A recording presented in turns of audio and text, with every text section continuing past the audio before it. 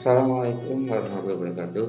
Nah, sekalian kalian telah pelajari dan pahami bahwa makanan yang kalian konsumsi terdiri dari 6 macam nutrisi, yaitu karbohidrat, lemak, protein, mineral, vitamin, dan air. Vitamin, mineral, dan air dapat diserap oleh tubuh kita, sedangkan karbohidrat, lemak, dan protein harus dicerna terlebih dahulu. Kita akan membahas lebih lanjut sistem pencernaan pada manusia. Proses pencernaan pada manusia ini melibatkan beberapa organ yang satu sama lain saling bersinergi membentuk satu sistem. Kita akan bahas organ-organ pencernaan tersebut, dan kita mulai saja dari yang pertama, saluran pencernaan. Makanan di dalam tubuh kita melewati beberapa organ, mulai makanan itu masuk di mulut sampai sisa-sisa hasil pencernaan makanan yang disebut feses dikeluarkan melalui saluran pembuangan, yaitu anus. Organ-organ yang dilewati makanan di dalam tubuh kita itulah yang disebut dengan saluran pencernaan.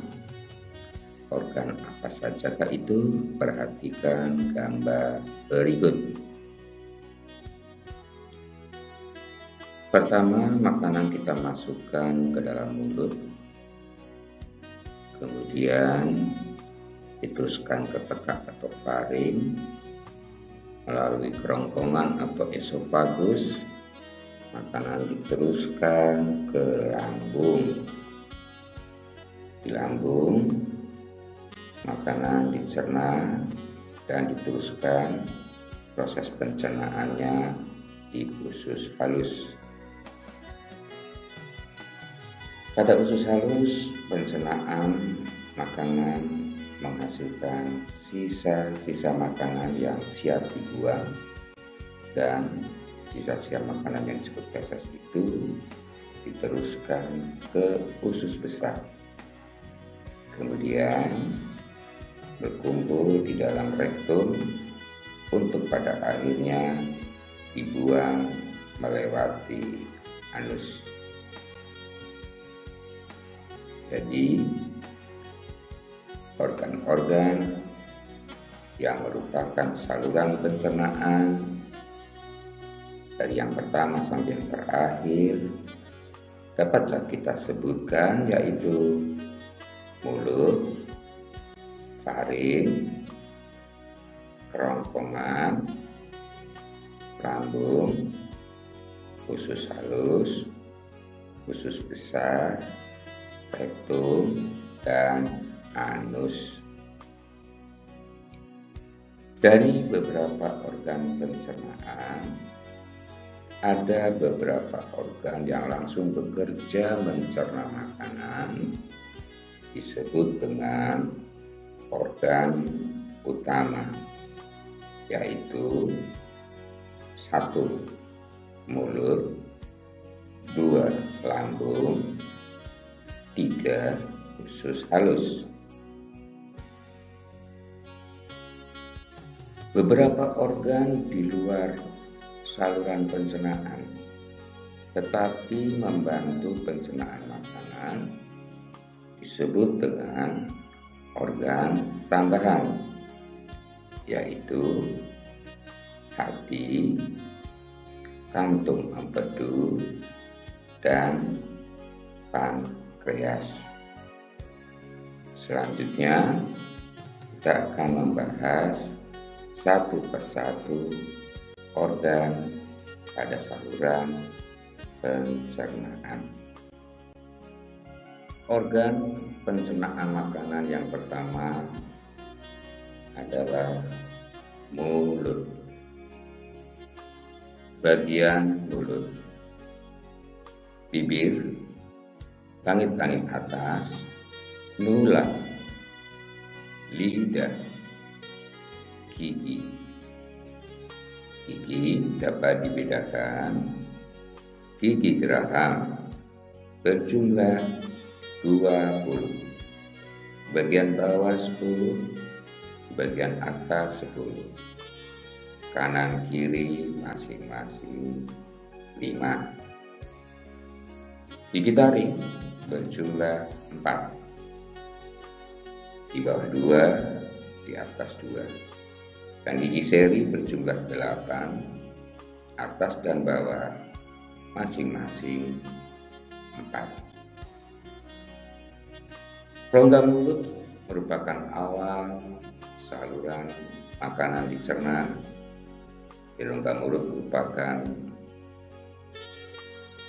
awal dari saluran pencernaan. Di dalam mulut terdapat gigi. Gigi berfungsi memperkecil ukuran makanan dengan cara menghancurkan sehingga makanan itu menjadi halus. Agar penghancuran itu secara merata, gigi dibantu oleh lidah yang membolak-balikkan makanan. Di samping, lidah juga berfungsi sebagai indera pengecap.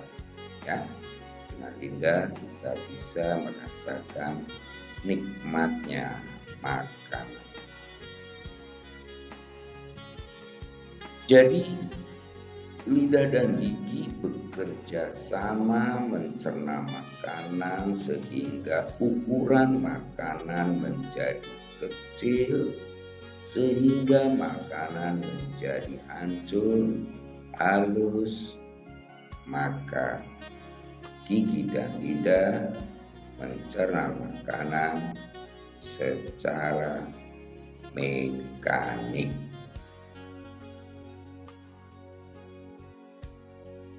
Di samping gigi dan lidah, di dalam mulut juga terdapat kelenjar air liur atau saliva.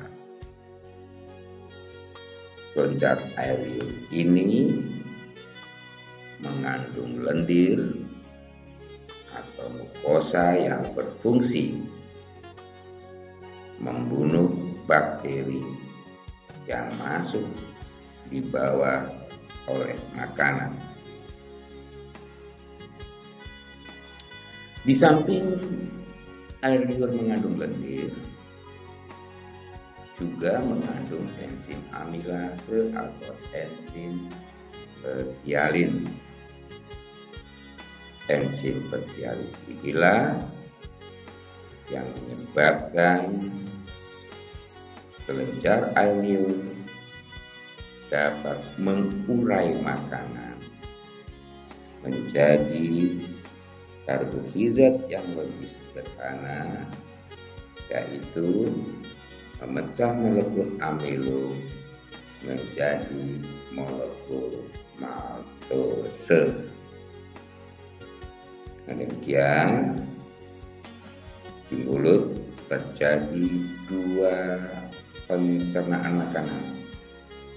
1, pencernaan makanan secara mekanik oleh gigi dan lidah, sedangkan pencernaan kimiawi oleh enzim petialin yang terkandung di dalam air liur. Dari mulut, makanan yang sudah hancur berbentuk seperti bola-bola kecil disebut bolus, diteruskan ke faring atau tekak. Jadi faring atau tekak itu saluran pencernaan yang menghubungkan rongga mulut dan kerongkongan atau esofagus. Pada pangkal faring terdapat katup pernapasan yang disebutkan epiglotis. Dengan epiglotis ini makanan masuk melalui faring dan diteruskan ke saluran pencernaan esofagus, tidak masuk ke paru-paru melewati saluran pernapasan karena epiglotis menutup ujung saluran pernapasan. Ya, dengan demikian makanan masuk atau diteruskan ke esofagus, tidak ada yang masuk ke saluran pernapasan. Makanan melewati esofagus atau kerongkongan. Ketika makanan masuk ke dalam esofagus, otot-otot esofagus itu akan berkontraksi sehingga makanan terdorong karena otot esofagus di mana terdapat makanan berrelaksasi. Otot esofagus yang berkontraksi dan berrelaksasi secara bergantian menyebabkan makanan terdorong semakin masuk ke dalam kerongkongan dan akhirnya sampai ke lambung. Ya, jadi setelah masuk ke esofagus, maka otot di bagian atas makanan itu akan berkontraksi, sementara otot esofagus di mana ada makanan akan berrelaksasi sehingga makanan mempunyai ruang untuk masuk ke dalam esofagus. Selanjutnya otot di atas makanan akan berkontraksi, di mana ada makanan berrelaksasi demikian terus menerus sehingga makanan terdorong gerakan otot esofagus. Seperti ini dapat juga dikatakan otot esofagus meremas makanan. Nah, tetapi ukuran makanan tidak berkurang. Kesimpulannya, otot esofagus itu hanya mengantarkan makanan dari faring ke lambung. Ukuran ataupun kandungan yang ada di dalam makanan itu tidak berubah di faring dan di esofagus. Maka di faring dan di esofagus makanan tidak mengalami pencernaan. Ingat ya, hanya sebagai saluran yang menghubungkan rongga mulut dan lambung. Kembali kepada gerakan esofagus yang otot-ototnya berkontraksi dan berrelaksasi berulang-ulang. Ini disebut dengan gerak peristaltik. Ya, dapat ditunjukkan dalam gambar animasi berikut. Kalian perhatikan, otot di atas makanan berkontraksi, otot di mana ada makanan berrelaksasi mengembang dan membuat makanan terdorong masuk makin dalam pada esofagus dan akhirnya masuk ke dalam lambung. Nah, sekarang bolus, nah itu makanan yang sudah berbentuk bola-bola kecil, sampailah di lambung. Pencernaan selanjutnya dilakukan oleh lambung. Bagian lambung, rongga lambung, dan katup atau sfinkter. Pada lambung ini makanan juga mengalami pencernaan secara mekanik karena otot-otot lambung juga berkontraksi berelaksasi seperti esofagus, membuat makanan yang tadinya berbentuk bola-bola kecil menjadi berbentuk yang ukurannya semakin kecil atau berbentuk bubur susu atau bubur kim, disebut juga kimus. Itu pencernaan secara mekanik oleh otot-otot lambung. Nah, selanjutnya timus akan dialihkan ke usus 12 jari atau duodenum ya. Jadi pada lambung terjadi pencernaan mekanik, tetapi juga terjadi pencernaan secara kimiawi karena lambung menghasilkan getah lambung. Nah, getah lambung ini mengandung asam klorida, enzim pepsin, dan enzim renin, yang menyebabkan timus berwarna kekuning-kuningan dan sekali lagi akan masuk ke usus 12 jari atau duodenum. Dengan adanya katup, maka timus masuk ke usus 12 jari sedikit demi sedikit. Sekarang makanan yang sudah berubah menjadi kimus sampailah di usus halus.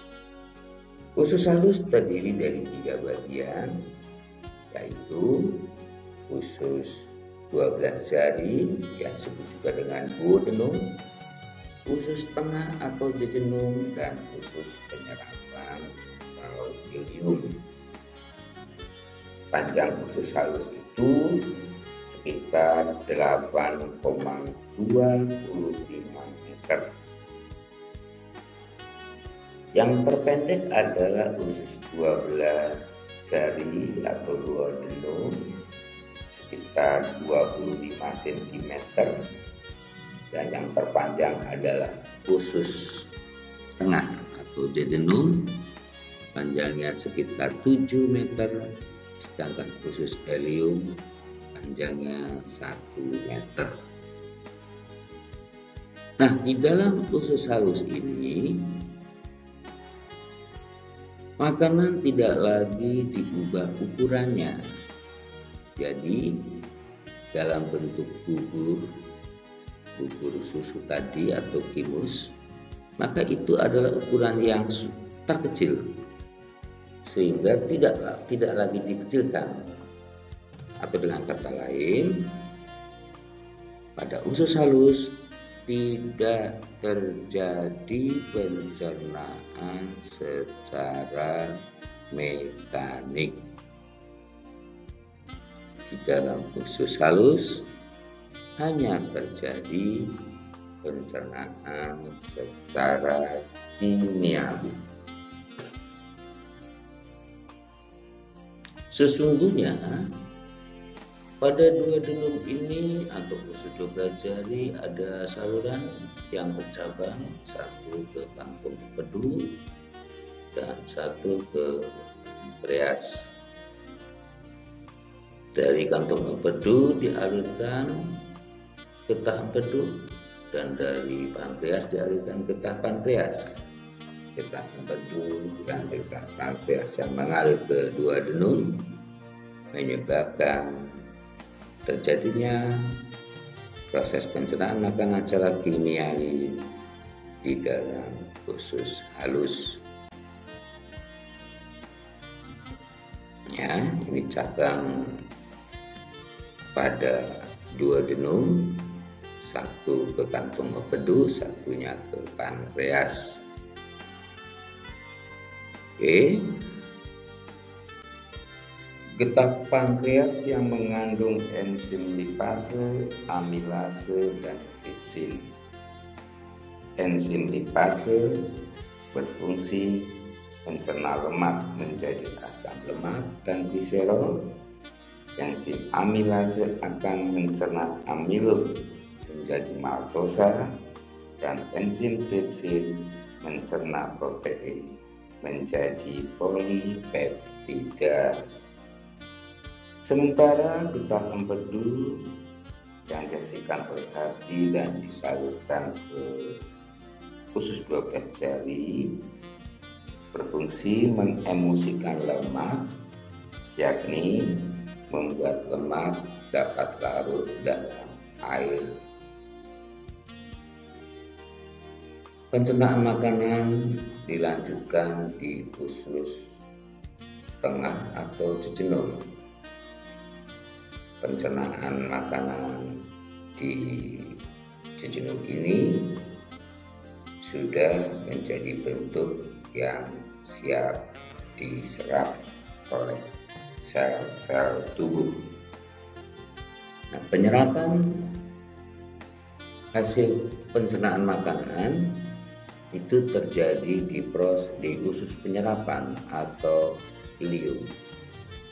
Glukosa, vitamin yang ada dalam air, asam amino dan mineral diserap oleh pili pada usus halus, selanjutnya akan dibawa oleh darah menuju hati dan diedarkan ke seluruh tubuh.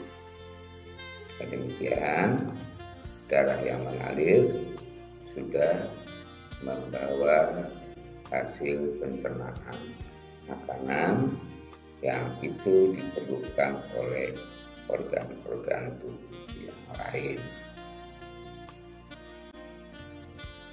Pencernaan makanan yang berakhir di usus halus hasilnya diserap oleh usus penyerapan ileum, tetapi juga pencernaan makanan itu menghasilkan zat-zat sisa yang harus dikeluarkan dari tubuh.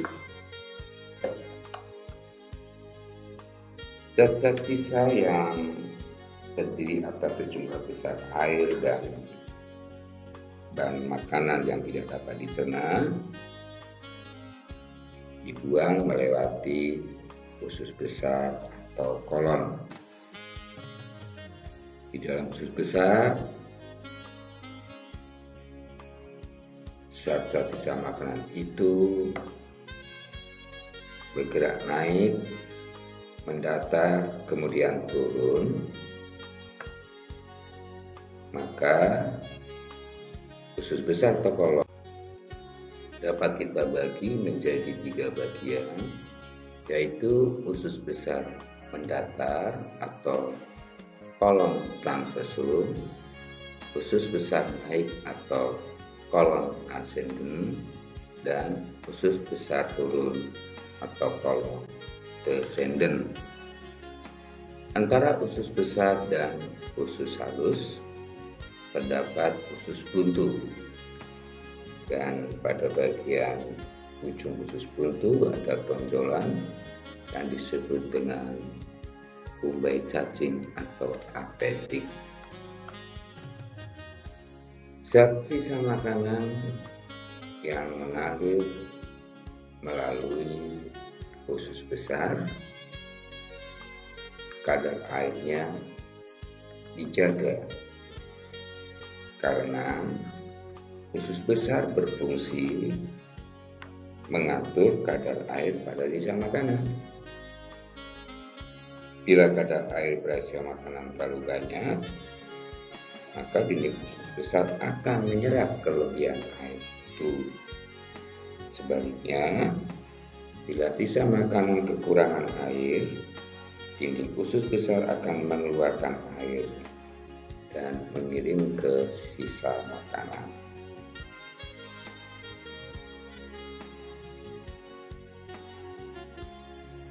Di dalam usus besar juga terdapat banyak bakteri yang membantu proses pembusukan sisa-sisa makanan.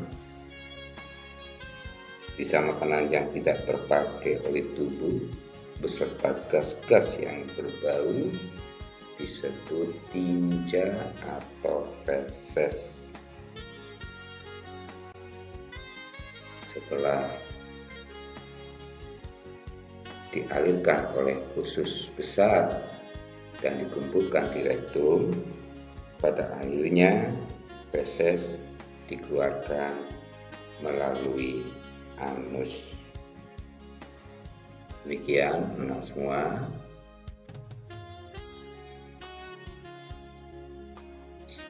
proses pencernaan makanan pada saluran pencernaan. Pada proses pencernaan makanan ini, di samping saluran pencernaan atau organ utama, proses pencernaan makanan juga dibantu oleh organ tambahan sebagaimana di awal dijelaskan. Nah, organ pencernaan itu kalian telah tahu ada 3 macam, yaitu hati, kantong empedu, dan pankreas. Hati merupakan kelenjar terbesar dalam tubuh. Hati berperan dalam proses detoksifikasi, artinya menetralkan racun yang terbawa di dalam darah.